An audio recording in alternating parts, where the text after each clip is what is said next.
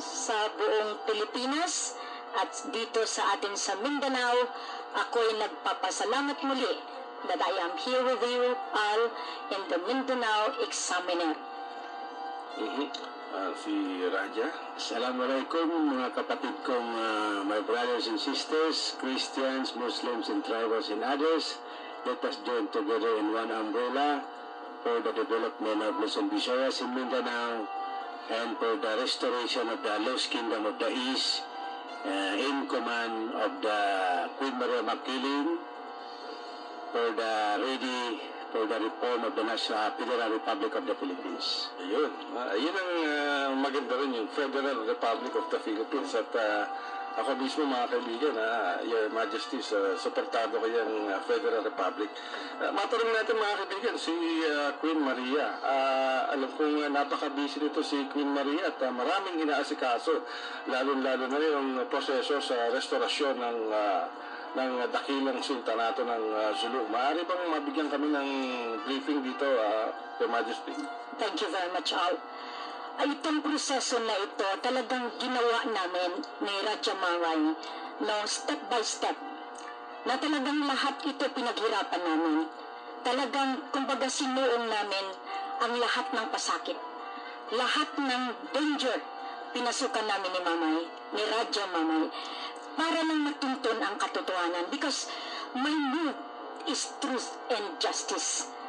God is my armor, truth is my banner, and justice is my pattern to achieve this goal. And what is my goal? Is to restore the Lupasug United Kingdom, the kingdom that has been robbed by many, kaya nagkalubog-lubog ang ating Mindanao, ang ating kaharian sa Sulu Archipelago.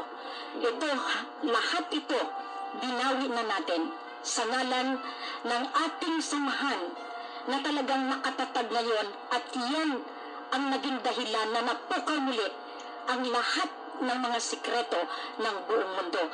Angkop dito sa kay Jamalul Kiram II na pinatay nila noong 1936. Siya ang last monarch, siya ang last sultan of Sulu and North Borneo, at siya rin ang may karapatan bawiin lahat-lahat ng kayamanan, lahat ng kalupaan, dahil meron tayong mga treaties, meron tayong mga agreements.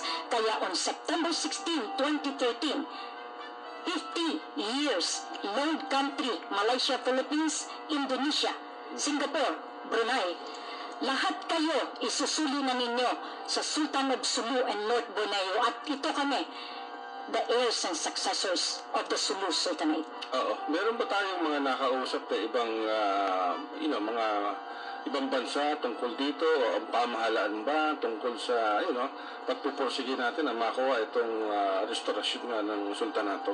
I'm always striving in the legitimate way. Alright. I have the 476 pages books. And ito ay mga summary na ito. Lahat ito nandito sa atin. Ito ang sinubmit ko sa International Court of Justice. Kasi kung hindi ko makuha dito sa gobyerno ng Pilipinas, meron tayong batas, meron tayong ahensya na pinakamalaki sa buong mundo na kaya niya tumbasan lahat ng legalities ng bawat nasyon. At yan ang International Court of Justice. But before I went that far, sinubmit ko po ang ating libro sa Senado, sa Kongreso, sa Department of Foreign Affairs, lalo na sa Philippine Constitution Association. Yan po ang agency na talagang nagkokontrol ng buong Pilipinas. Yan po, kung hindi ka miyembro dyan, mahina ka na politician. Yan ang pinakamabigat na sikreto ng ating gobyerno. Pero lahat ito binaybay ko. Kausap ko sila and they knew that I will not stop finding the truth. Kaya nga ang sinabi ko sa kanila, in all of that book, sinabi ko, I have given them 10 points. Alam nila yan, na unang-una kailangang i-restore nila ang Lupasug United Kingdom. Pero itong pinakamaganda, dahil sinabi ko sa kanila, to honor Maquilindo, not Bandung Treaty, to honor the Federal Republic of the Philippines. Kasi ito ang paraan para ma-unite natin ang Luzon, ang Visayas, at ang Mindanao. So sa akin, ito kami ngayon, nasurpass ko lahat, no? Ang pagsubok na binigay nila. Kasi kami nag-umpisa noong 999, September 9, 2009.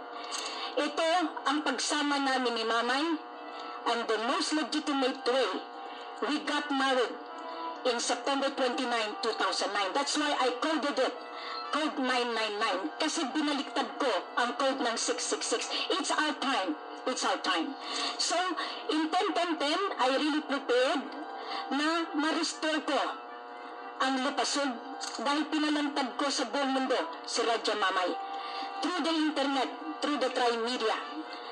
And in October 2010, I initiated the Blood Compact, now signed by the different groups, NPA, Abu Sayyaf, MILF, MNLF, private armies, mga Pindatong clans, lahat ng clans ng Maguindanao. I really saw to it na merong akong basihan. Kasi yun ang sinabi ko sa iyo, Al.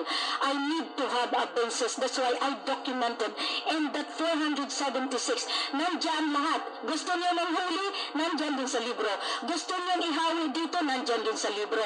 Gusto niyo lahat yan from preamble up to the conclusion. It's already there. That's why it would be easier to transform into the Federal Republic because I laid down the structure. Talagang ginawa ko yan. Ngayon ang target namin supposedly in 11-11, matapos ko. No? In November 11-11, doon ko nakita na talagang yung greed for power, talagang sobra ang atake sa akin to the point that I had been receiving a lot of threats. Day and night, walang hupaks yan. Talagang they wanted to kill me because I was able to hit them. Talagang, kumbaga, I really saw to it na kitang-kita nila na tama na ito kami dahil ang lakad namin para sa maliliit na tao. So, hindi pa rin sila tumigil. Umabot kami sa 12-12-12. Okay? Dahil ang pinakamasakit sa lahat, ito, Tata Maas Normeswari, I never failed to ask you to help me. May kasabihan ang mga lolo natin na pag dumating ang babae na bilang isang tagapagligtas ng Mindanao, kahit ako'y bata, ako pa rin ang ate ninyo. Bakit ko nalalaman ito? Dahil it has been handed from one generation to the next that the lady will come and will help Mindanao. And I never expected na ito ako. But I never failed to ask you. So ngayon, nag-declared ka ng independence. It will end up nowhere because ang deklarasyon mo ay illegal. Ang Sultan of Sulu ay buhay at nandito si Raja Muhammad Kamar Mamay Hasan Abdurrajak dahil kahit anong gawin ninyo, ang Sulu is an independent nation. Bago naging independent ang Philippines, bago naging independent ang 54 countries na ang Sultan of Sulu ang nagbigay ng independensya. So lahat ng treaties mula sa Spain, Treaty of Paris, sa Bengal Consultation, sa Carpenter Agreement, sa Manila Accord that is Mapilindo, lahat yan talagang kami ay covered ng treaties. Kaya ganito ako katapang. Ganito ako katatag dahil alam ko na meron akong legitimate passage kung paano ko kayo matulungan. So ang akin ngayon, sabi ko nga kay Datual, no, sa lahat ng nakikinig, kung magtulungan tayo, hindi na natin aabutin pa ang lahat ng pagsubok na binibigay sa atin. Kaya nga noong September 4, sinabi ko na sa inyo noon, tama na. Nag-meeting pa kayo dito sa San Roque. Hindi pa kayo nakontento, no? Lahat kayo na naging miyembro ng framework. Sinabi ko sa inyo na kahit anong hawi ninyo, I'm straight to the goal. Because I know the Sultan of Sulu is no other than Raja Mamay. Kaya nga, hindi ko ni-reveal sa inyo kung anong pagkatao ko dahil kung alam nyo, marami kayong Maria Makiling. In fact, Ngayon, nag-proclaim din ang ating Madam Imelda Marcos in order to redeem and restore all the wealth and properties. We know that Ferdinand E. Marcos is the lawyer of Sultan Jamalul Kiram II. So therefore, lahat ng wealth and properties of the Marcoses merong pinagmulan at yan ang 617,500 metric tons na niredeem ko in 2011 sa Central Bank dahil yan ang nagpalaki ng lahat ng pera ng buong mundo. Kaya nga ito ako, anong sinabi ko? I have to redeem this because this will be given to the poor. Itong mga pobre na namamatay na lang nang walang kalaban-laban. Katulad ni Dato Corminal, Rodolfo Santander Corminal na pinatay ninyo ng walang kalaban-laban dahil nagsalita ng katotohanan. Hanggang ngayon walang hustisya. Bakit? Dahil alam din ninyo kung sinong nag-utos sa inyo to silence the man who speaks for truth and justice. Kaming mga maliliit na tao, kaya ninyong itilin sa gusto ninyo kahit sa 50 mo. Dahil General Pavilion, pasensya na, I know the truth that you are not part of the MNLF a long time ago. Do not use the name of MNLF. But we have still to talk because the Sultanate Kingdom, ginawa ninyong asosasyon that is illegal and you took the name of Al-Hajj, which you are not part of the Islamic and you are not leading to what you are being asked for as Al-Hajj. So please, try to resolve the problem because I'm going to run after you too. And there is another one who died in trying to tell the whole world that it is enough.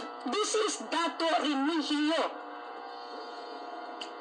Talagang kailangan na natin itong mga tao, Jun Duque, really fought for you. Presidente Ramos, release the 442 trillion nandyan sa BDO of which you are in control. Why up to now you did not call me? This guy died because he wanted to let you know that release the money for the poor. Ang dami nating pera na nilulustay ninyo. In September 15, nag-meeting kayo mismo sa loob ng Malacanang. For God's sake, 490 Mabini Hall. You are all illegally holding office dyan.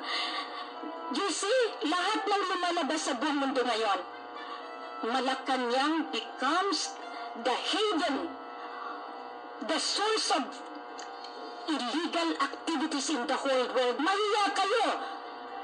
Ngayon mukha ninyo mga baboy na pinakalat kayo but you never adhered to my call because you wanted to be exposed throughout the world.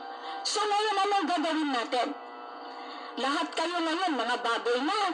So ngayon, if you really would want to become a true human being, go back to the true fold of the law kasi hindi nyo mariresolba itong mga sinasabi ninyong rebelde, MNLF, MILF, Abu Sayyaf, Al-Qaeda, meron ngayon, ginawa na naman ng MI, the Khalifa Islamiyah, alam ninyo, kahit Al-Qaeda, gawa po ninyo yan.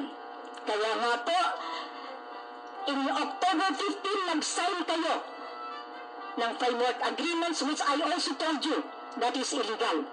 Dahil ginawa nyo rin sa libro ko, dahil binigyan ko kayo. Lahat kayo sa Philconsa, alam niyo kung anong laban ko.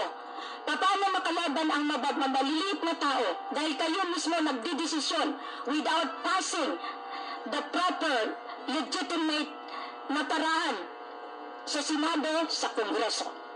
So in October 15, tinawag niyo pa si Najib, tinawag niyo pa ang Malaysia, instead to go to the Sultan of Sulu. Bakit doon kayo pumunta? Wala nga silang authority. 2006, walang authority ang Malaysia, Indonesia, Philippines, Brunei, Singapore dahil tapos na ang treaty. Ngayon, binigyan na lang kayo hanggang September 16, 2013. Ngayon kahit i-ono nyo ako hindi, sinabi nga ni Al, I am covered by the immunity of the world because I am the queen. How did I know this? Because even the International Court of Justice is making a link to me how to resolve, how to make this nation great again. Yan ang aking trabaho ngayon. Kaya nga, meron na tayong batas. I-implementa na lang nito. Gusto niyo pa rin ng Bangsamoro. What is Bangsamoro? Bangsamoro is the land of the Moros. No? Kaya nga ginawa nito. Pero hindi niyo pwedeng sabihin, kayo lang. Majority of this land are Christians. Hindi lang kayo pwede. Kasi ngayon sinasabi na pagpapatayin niyo kami. So, hindi legal na nga kayo. Kinuhalin niyo para lang magpatay ulit. So, we will never allow this thing to happen. Kaya nga ngayon, kahit sa framework, kahit sa standoff, lumaban kami ni Radja Manay. Dahil alam namin na mali. Alam namin na hindi totoo dahil merong Mindanao scenario of conspiracy that rooted sa 9/11 nung pinasabog ang Twin Tower ng Amerika para magkaroon ng giyera sa Iraq, para ang makuha nila, makontrol nila ang oil field natin. But since the oil field is with me, lahat kayo nagmanipula ng aming titulo sa Ligwasan Mars, lahat ng papeles na ginawa ninyong panangga sa framework, nagkamali kayo na sa akin ang authority. So, dalawa ang puntos. Ako ang nag-initiate ng blood contact, ginamit ninyo sa Malaysia. Ako ang may authority kasama ng Radja Manay, kasama ni Sultan Kayulawan dito sa Isle of the Oil. Ngayon, kahit anong gawin ninyong kambya-kambya, you end up kulong. Kaya nga sabi ko, yung 10 sa Malaysia, kahit wala kayong pangalan sa amin, pero at least life sentence. Kung sino magpalabas ng head of states, kulong din dahil wala rin kayong authority. Ganon katindi ngayon ang laban ko. Dahil ako ang binigyan ng kapangyarihan dito ng Sultan of Sulu as the Queen of the Republic, Federal Republic of the Philippines. So ngayon, sabi ko nga sa iyo, I have how many days left before September? Remember, we signed the trilateral. Remember, this guy really fought for it. He is one of those, the fighter, kasama ng core group. But the core group is the representation of the greedy political institution. Kaya core group, sorry, I will have to tell you honestly, I gave you the opportunity, but you failed me. But I am not stopping from there. Because it's like the Philippine government, I have to cleanse the core group to be balanced para really kung sino ang nasala na para tumulong sa akin. That's the one I'm gonna accept. But in June 29, 2013, we declared the Federal Republic of the Philippines Prime Minister, Jose Enrico, the Prime Minister of the spiritual government, the shadow government of the Philippines, na kapatiran ng espiritual, dahil ito ang ginamit ni Presidente Ramos to control the entire Philippine nation. That now the head is with me. Kahit ano presentasyon ninyo, ngayon specific ako, ano nangyari sa inyo? Libog. Dahil pinataw ninyo sa PICC ang lahat ng espiritu na gusto ninyong sabihin kayo mag-redeem. You were not able to control that. Because this is now the time. Yung katotohanan, kung anong nakikita o nakita ninyo, kung gusto pa ninyo, dilubog kayo. Kasi gusto nila physical, gusto nila ng concrete. O ayun, concrete, hangin, tubig, apoy, at ayan, biyak-biyak na. How much more kung bubulusok ang lahat ng building dyan? Okay? So sa akin ngayon, I would like to return that, no? Kasi step by step, lahat yan. Pati ang pera ng buong mundo, Al. Remember you asked me last time, even the Queen of England, the Kingdom of Great Britain now is having this difficulty. That's why I'm calling, Lola. It is time. Kasi lahat ito babalik sa unaal. So, in this regard, I'd like to revert, kay Brother Mamay, kay Raja Muhammad Gamar Mamay sa Nagdurajak, because as we say, nandiyan dyan lahat yan. And I give that strong authority. Yun, napakinggan natin mga kaibigan ang paliwanag ni Queen Maria. At kay Raja, ano bang kasalukuyang ginagawa ng ating sultanato upang mapagtibay pa ang ating karapatan? Maraming salamat sa Mindanao Examiner, especially Dato' Al, sa pahayag mo doon. Ngayon, naparito naman ako for the third time. Lahat ang sinabi ng Queen Maria Makiling, I need the support of the poor people. Kasi ako, I am the peace-loving people. Kasi ako walang away. Gusto ko na po mapatayo natin na ang kinukuha natin ay pira natin. So, dito sa Zamboanga, we already got the support with the 98th Barangay joining the National Liberation Front Southern Philippines without the knowledge and concern to our beloved Mayor Klimakov, but all the people here already joined force with us, just only they want to have a reform. Because they don't want to be hungry anymore because how the high expenses of living now, especially all the poor cannot afford to go to hospital and go to school because of so many children. So, with my present here in Zamboanga, that's why I come here for the Mindanao Examiner to present all the problems that can be solved with the formula. We have to explain to the money from DBS Singapore, 189 trillion ringgit. The source of origin is Sultan of Sulu and Nagbogi under the account of Raja Hussein Muhammad Kamaluddin, Sultan of Singapore, and his residence in Johor Bahru.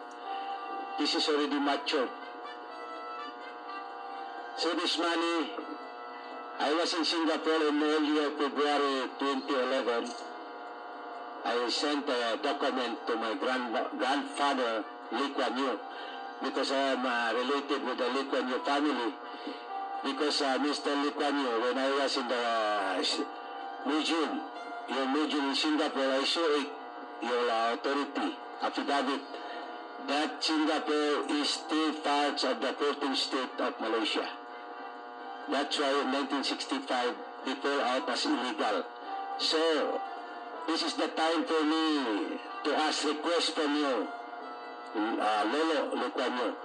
Give me another transmittal with the 14B, which is using in early 2011 in March, $10 billion. The $10 billion under my name. So I did not receive the SQR, safekeeping receipt. It was held by Senator Bongbong. When one of the House lawyer informed me that Mr. Bongbong Senator Bongbong want to release that money for the 2012 ARM election, but they cannot because there is a letter of instruction from the government of Singapore. Only the person in need could withdraw that money. So the Senator Bongbong asked me to have a letter to transfer that money back to Singapore. So no way. This money is for the poor people. I help Mindanao development. That's all big enough. Only the government of Singapore to advise the DBS Singapore to release another SQR for us to get this money for the implementation of the SPEED project. Okay, Raja, paano natin makukuha to? Kailangan mo pa bang pumunta sa Singapore? O kailangan mo pa bang makapag-communicate sa embahada para mailipat itong mga salapi at papakinabangan ng mga mahihirap na kababayan natin? So ang advice sa akin, I just want to find a lawyer which is knows in the account, that is CPE. So I just advise the lawyer to transact and to send a letter to the DBS Singapore for another issuance of the SQR. Once there is a new SQR, I should have to go to Manila to DBS Makati and transfer that money here in Zamboanga City. Okay, for the benefit ng mga nanonood sa atin at nakikinig sa buong mundo, nais natin malaman, paalam natin sa publiko kung gaano karami, gaano kalaki ang sultanato under kay Raja Mamay, pati kay Queen Maria. Ilang miyembro meron tayo at ano ang lalim ng suporta ng iba pang mga grupo. Ilang libong miyembro ang under sa sultanato at Actually, umabot na kami sa 5 million plus sa buong bansa. Alright. No? Yun talagang nag-signify na. As of now, kasi ang nangyari, ginamit nila ang logo namin. Ito yung Maharlika Group, Maharlika Foundation, na ang dugtong niya 490, no? Ngayon, yan ang ginamit nila rin para mag-recruit ng tao to join them, para may maipakita sila sa gobyerno na meron silang ganito karami. When in fact, those are the members na nasa akin noon. Actually, I reached up to 11 na noon. Pero sa ngayon, I have to reduce because I have to filter. Kasi doon sila, dito sila, doon. Marami kasing sindikato sa Mindanao. Pero ang ngayon, pinapahuli ko sa ground. Ito, sinasabi ko na, pinapahuli ko kung sino ang gumagamit ng aming letterhead as king and queen. Dahil nakakapera na kayo, kami pa ang sinisira ninyo, minumura nyo pa ako gabi-gabi, araw-araw sa text. When in fact, yan ang kasalanan ninyo. Talagang napakalaki sa akin dahil huli kayo. Dahil lahat kayo sumuporta sa framework, nagkapera pa kayo ng pera dahil nandito si Tun Mahathir noong February 2012. Dala niya ang 8.59 billion. 0.59 billion Malaysian ringgit. Para sa?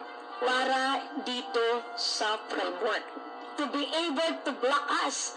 Kaya kami, hindi kami makapasok sa mga media, hindi kami makapasok sa ganyan dahil sobra ang blockage. That I'd like to thank you all that you gave me, you gave the Sultan, and now you are giving me the opportunity to really tell to the whole world that, hey, we do not have money yet, but we have so much money to come.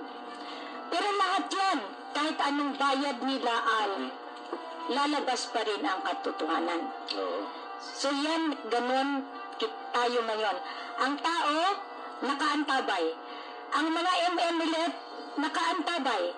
Dahil gusto na nila to, grabe ang influx. Remember, we have already exposed that and give it to the world that the National Liberation Front for Southern Philippines is to balance all the illiterate, lack of knowledge ng mga combatants to go back to the true fold of the law. To rehabilitate them. That is the objective of the National Liberation Front para ma-develop na rin natin ang teritoryo. So, hindi puro violence at saka kasamaan at gera. Ayaw natin ng ganito dahil lugbok na tayo sa kahirapan. Ayaw namin yun, So, antayin natin yung mga kaibigan, yung salaping darating sa sultanato. At siguradong malaki ang magiging epekto nito sa bawat mamamayan sa Mindanao. So, itong Mindanao scenario of conspiracy, meron tayong mga kaibigan ditong ibinigay, si Queen Maria. At dito, lumabas ang pangalan ni US President George W. Bush. At ngayon ay si Pangulong Barack Obama. Maaari bang pakibigyan kami ng linaw dito, Queen, Your Majesty? Well, I don't want to answer for this scenario of conspiracy in Mindanao. I only blame the two leaders. One is Mahathir Mohamad. He's still running the Prime Minister of Malaysia in command, still in command, from Abdullah Magbadawi Anto Najib.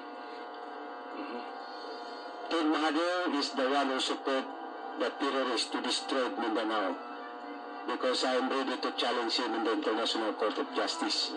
I really advise him for how many times already to stop supporting terrorists here in Mindanao. And also that his brain here in Philippine is Peter Ramos. That's why this scenario is come from them. Mahadil and Ramos. As what Ramos give us advice to fix Mindanao in 2012 when we attend the 51st anniversary of PERCONSA. We are members. They said, Queen, fix Mindanao. And then King, take care of the people. So, I still remember. You know, Peter Ramos, how I used to respect that you are already an old man. But you never change your mind. You know, I am ready to establish your newspaper issued in 1997 when you are the president. That lumuhod ka kay Jamal Kiram III dahil sa pagbinta mo ng Saba. Nandito sa akin, pero I am still respecting you.